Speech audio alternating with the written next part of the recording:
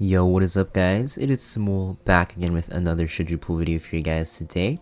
And today we're going to be talking about Vildred, the Earth Thief, that will be running on the banner about a day after this video is released. Now he will be running alongside another RGB 5-star unit, Ball and Sazan. If you guys are curious whether that unit is worth pulling for, make sure you guys check out my last Should You Pull video talking about it.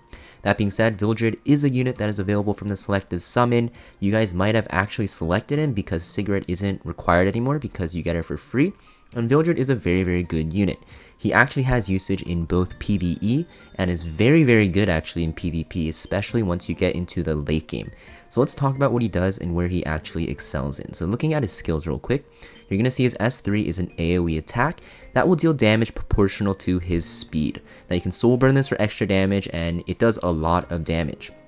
His S3 does pretty decent AoE damage in the early game. You can actually use him as a cleaver until you get your Arbiter Vildred fully unlocked, and he does very well because you're going to see his S2 is going to have a passive ability. Whenever you kill an enemy with your S1 or S3, you're going to CR push yourself, and you're going to also activate Dancing Blade.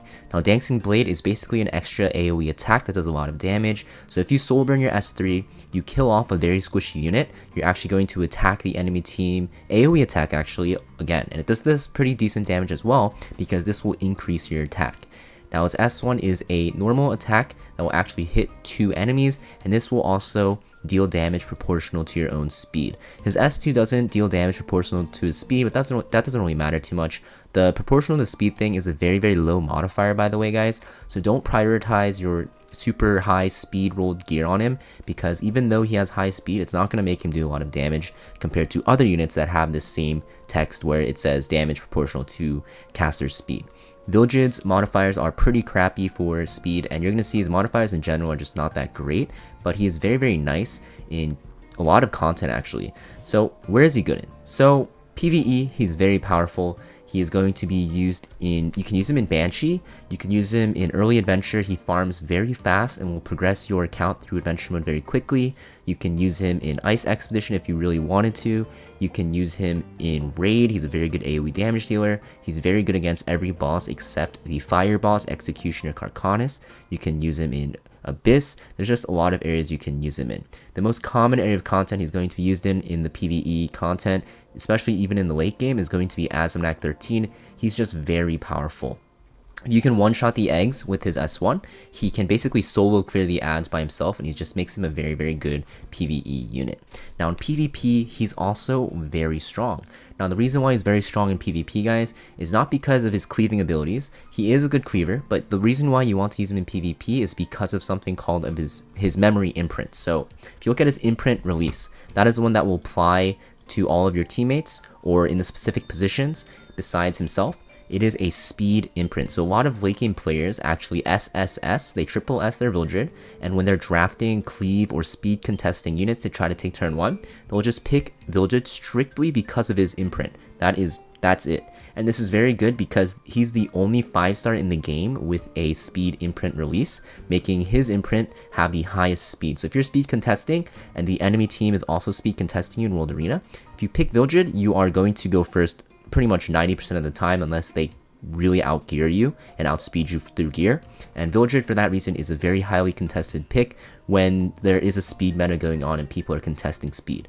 In the last meta, he was very frequently picked. Nowadays, you know, he's still picked sometimes, but, you know, not as much as before, but he's still very good. Also, you know, his imprint concentration makes him a decent cleaver as well, but for the most part, like 99% of the time, everyone is going to be using him on his imprint release for PvP. Now, even though he's only picked for his imprint, guys, he's still a good backup cleaver. Like if you can get him to go, he can actually, you know, solo wipe teams as well with his Soul Burn S3 because he does pretty decent AoE damage.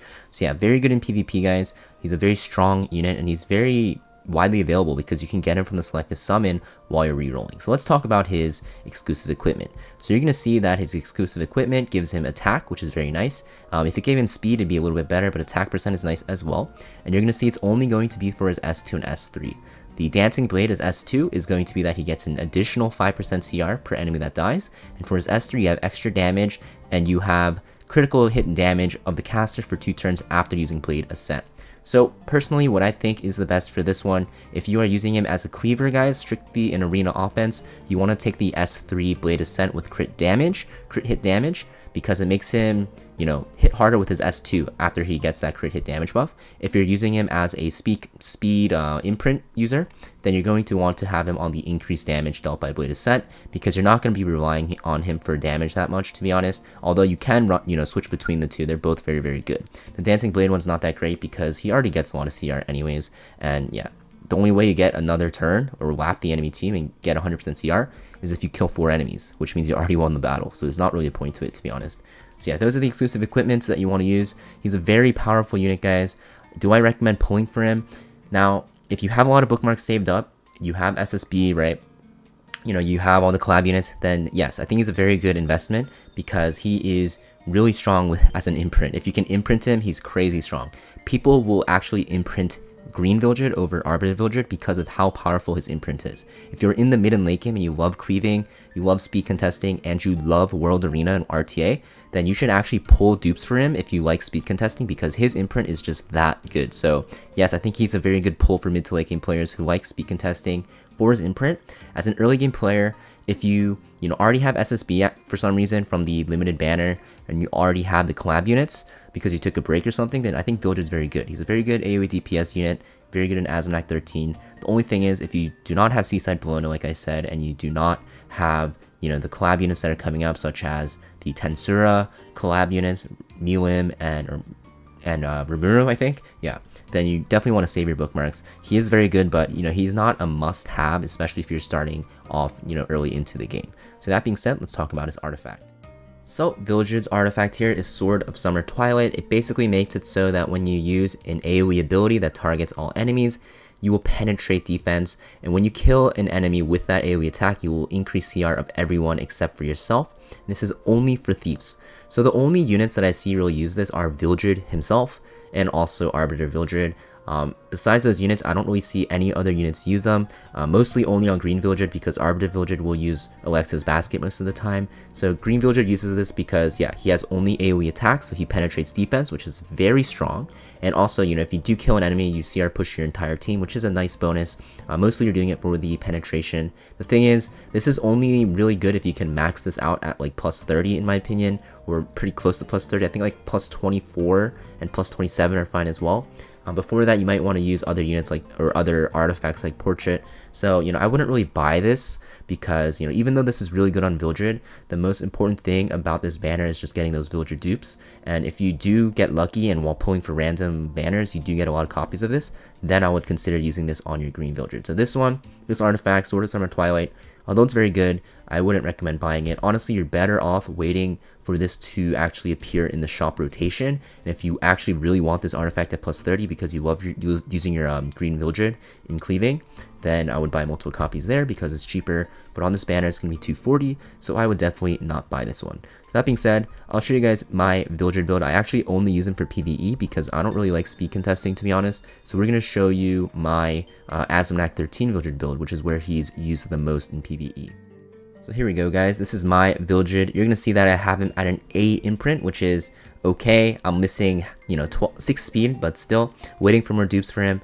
But this is going to be my Azmonak 13 build. You're going to see I actually have him on the CR push on his S2, which I forgot to mention is the preferred exclusive equipment for PvE, because when you're actually killing the eggs in Azmonak 13, you will be constantly pushing your team. So if you are using him in Azmonak 13, make sure you use this exclusive equipment. And he's also on crit damage set. This is all free to play gear for the most part. This one is pretty decent actually, but for the most part I just have him on broken set with crit damage set, because all I need him to do in Azmonak 13, guys, is be able to one-shot the eggs. So I have him on Daydream Joker, and with this stat line I can actually one-shot the eggs in Azmonak 13, and it's very, very, very good. Now, you do want to invest the Mulgora into him so you can actually kill the eggs. You want your S1 to one-shot the eggs, guys, but you do not want your S2 to one-shot the eggs, so if that makes sense. The reason is because you want him to constantly keep proccing his increased attack on his S2. So you want your S1 to kill the eggs and then leave one of the eggs alive. And then the next turn you kill that egg as well and you get the increased attack refreshed. You're going to use them with skills off, so you don't have to really Molagora's S3. You only do this for actually cleaving. So yeah, this is the build that I run him on, guys. Nothing too special, nothing too crazy, but it gets the job done for PvE in Asmonite 13 specifically. And you know, the skin, if you guys are wondering, was available from an Epic Pass. It should be in the store pretty soon, I think, if it isn't already. And yeah, that being said, if you guys found this video helpful, guys, make sure you guys leave a like and a comment on the video, and I'll see you guys next video. Peace.